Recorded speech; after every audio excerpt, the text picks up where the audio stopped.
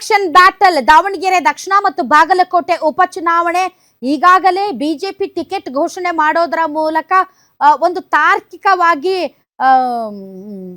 ಹೋರಾಟದ ಬಿಸಿ ಕಾಣ್ತಾ ಇದೆ. ಬಿಸಿಲು ಹೇಗೆ ಜಾಸ್ತಿ ಆಗ್ತಾ ಇದೆಯೋ ಬಾಗಲಕೋಟೆ ಮತ್ತು ದಾವಣಗೆರೆ ದಕ್ಷಿಣದಲ್ಲೂ ಕೂಡ ಅದರ ತಾಪ ಅಲ್ಲಿ ಹೆಚ್ಚಾಗ್ತಾನೆ ಇದೆ. ಹಾಗೆ ನೋಡಿದ್ರೆ ಬಿಜೆಪಿ ಟಿಕೆಟ್ ಘೋಷಣೆ ಮಾಡಿದೆ, ಆದ್ರೆ ಕಾಂಗ್ರೆಸ್ನಲ್ಲಿ ಮಾತ್ರ ಯಾವುದೇ ರೀತಿಯಾದಂತಹ ಒಂದು ಎಲ್ಲರೂ ವಿಶ್ವಾಸಕ್ಕೆ ತೆಗೆದುಕೊಂಡು ಒಬ್ಬ ಅಭ್ಯರ್ಥಿಯನ್ನ ಘೋಷಣೆ ಮಾಡೋದಕ್ಕೆ ಸಾಧ್ಯ ಆಗಿಲ್ಲ. ಸಹಮತ ವ್ಯಕ್ತವಾಗ್ತಾ ಇಲ್ಲ. ಎರಡೂ ಕ್ಷೇತ್ರಗಳಲ್ಲಿ ಬಡದಾಟ ಮುಂದುವರೆದಿದೆ. ಬಾಗಲಕೋಟೆ ಮತ್ತು ದಾವಣಗೆರೆ ದಕ್ಷಿಣಕ್ಕೆ ಕಾಂಗ್ರೆಸ್ ಅಭ್ಯರ್ಥಿಯನ್ನ ಆಯ್ಕೆ ಮಾಡದೆ ಅತಿ ದೊಡ್ಡ ಕಸರತ್ತಾಗಿದೆ. ಈ ಹಿನ್ನೆಲೆಯಲ್ಲಿ ಇವತ್ತು ಸುರ್ಜೇವಾಲಾ ಬಂದಿದ್ದಾರೆ. ಸುರ್ಜೇವಾಲಾ ಬಂದ ತಕ್ಷಣ ಪ್ರಾಬ್ಲಮ್ ಸಾಲ್ವ್ ಆಗುತ್ತೆ ಅಂತ ಅಂದ್ಕೊಂಡ್ರೆ ಅದು ದೊಡ್ಡ ತಪ್ಪು. ಯಾಕೆ ಅಂತಂದ್ರೆ ಈ ಸರ್ಕಾರ ಬಂದು 3 ವರ್ಷ ಆಗ್ತಾ ಬಂತು. ಈ ಸರ್ಕಾರದಲ್ಲಿ ಹಲವಾರು ಕುರ್ಚಿ ಕಿತ್ತಾಟಗಳು ನಡೆದ್ರೂ ಕೂಡ ಅದಕ್ಕೊಂದು ಮುಲಾಮ್ ಹಚ್ಚೋದಕ್ಕೆ ಸುರ್ಜೇವಾಲಾಗೆ ಸಾಧ್ಯ ಆಗಿಲ್ಲ.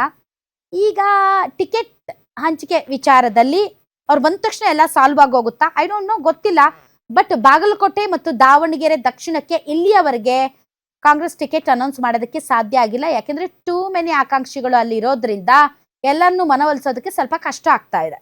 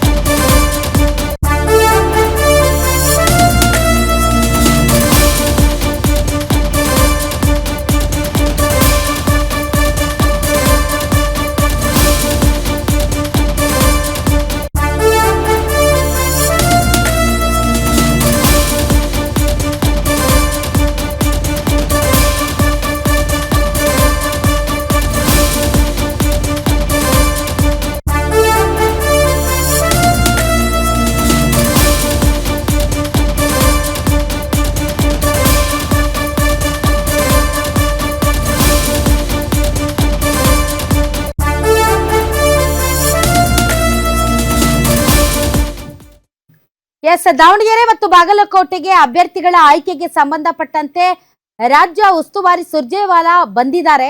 ದಾವಣಗೆರೆ ದಕ್ಷಿಣ ಕ್ಷೇತ್ರಕ್ಕೆ ಸಿಂಗಲ್ ನೇಮ್ ಶಿಫಾರಸು ಆಗಿದೆ ಅಂತ ಹೇಳಲಾಗ್ತಾ ಇದೆ. ಒಂದೇ ಹೆಸರನ್ನ ಚುನಾವಣಾ ವೀಕ್ಷಕರು ಕೊಟ್ಟಿದ್ದಾರಂತೆ.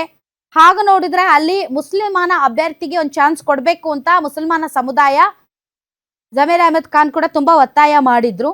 ಆದ್ರೆ ಶಾಮನೂರು ಶಿವಶಂಕರಪ್ಪನವರ ಸಾವಿನಿಂದ ತೆರವಾದಂತಹ ಜಾಗಕ್ಕೆ ಅವರ ಮೊಮ್ಮಗ ಸಮರ್ಥ ಶಾಮನೂರು ಅವರಿಗೆ ಟಿಕೆಟ್ ಕೊಡಬೇಕು ಅಂತ ಮಲ್ಲಿಕಾರ್ಜುನ್ ಫ್ಯಾಮಿಲಿ ಸಿಕ್ಕಾಪಟ್ಟೆ ಒತ್ತಾಯ ಮಾಡ್ತಾ ಇತ್ತು. ಹೀಗಾಗಿ ಅಲ್ಲಿ ಚುನಾವಣಾ ವೀಕ್ಷಕರನ್ನ ನೇಮಕ ಮಾಡಲಾಗಿತ್ತು. ಈ ಚುನಾವಣಾ ವೀಕ್ಷಕರಲ್ಲಿ ಬಹಳಷ್ಟು ಜನ ಲಿಂಗಾಯತ, ಮುಸಲ್ಮಾನ ಸೇರಿದಂತೆ OBC ವರ್ಗಕ್ಕೆ ಸೇರಿದಂತ ನಾಯಕರಿದ್ರು. ಅವರೆಲ್ಲ ಅಳ್ದು ತೂಗಿ ಎಲ್ಲಾ ಲೆಕ್ಕಾಚಾರಗಳನ್ನ ಮಾಡಿ ಒಂದೇ ಒಂದು ಹೆಸರಿಗೆ ಅರಯವಾಗಿದ್ದಾರೆ ಅಂತ ಹೇಳಲಾಗ್ತಾ ಇದೆ. ಅದು ಸಮರ್ಥ ಶಾಮನೂರು ಅವರ ಹೆಸರನ್ನ ಸೂಚಿಸಿದ್ದಾರೆ ವೀಕ್ಷಕರು. ಸಿಎಂ DCM ಭರವಸೆ ಕೊಟ್ಟ ಬಳಿಕವೇ ನಾಮಪತ್ರ ಸಲ್ಲಿಸ್ತಾರಂತೆ ಸಮರ್ಥ್. ಇಂದು ಕೇವಲ ಸಾಂಕೇತಿಕವಾಗಿ ಸಮರ್ಥ್ ನಾಮಪತ್ರ ಸಲ್ಲಿಸಿದ್ದಾರೆ. ಎಲ್ಲಾ ವೀಕ್ಷಕರು ಸೇರಿ ನನ್ನ ಒಂದೇ ಹೆಸರನ್ನ ಕೊಟ್ಟಿರೋದ್ರಿಂದ ಈಗ ನಾನು ನಾಮಕಾವಾಸ್ತೆ ನಾಮಪತ್ರ ಸಲ್ಲಿಸ್ತಾ ಇದ್ದೀನಿ. ಎಲ್ಲರೂ ಒಪ್ಪಿಕೊಂಡ ಮೇಲೆ ಸೋಮವಾರ ರಾಜ್ಯ ನಾಯಕರ ಸಮ್ಮುಖದಲ್ಲಿ ಅಧಿಕೃತವಾಗಿ ನಾಮಪತ್ರ ಸಲ್ಲಿಕೆ ಮಾಡ್ತೀನಿ ಅಂತ ಹೇಳಿದ್ದಾರೆ. ಈ ನಡುವೆ ಮಲ್ಲಿಕಾರ್ಜುನ್ ಪತ್ನಿ ಪ್ರಭಾಗೆ ಸುರ್ಜೇವಾಲಾ ಕರೆ ಕೊಟ್ಟಿದ್ದಾರೆ. ಬಿಕ್ಕಟ್ಟು ಬಗೆಹರಿಸೋದಕ್ಕೆ ಸ್ವತಃ ಅಖಾಡಕ್ಕೆ ಇಳಿದಿದ್ದಾರೆ ಸುರ್ಜೇವಾಲಾ.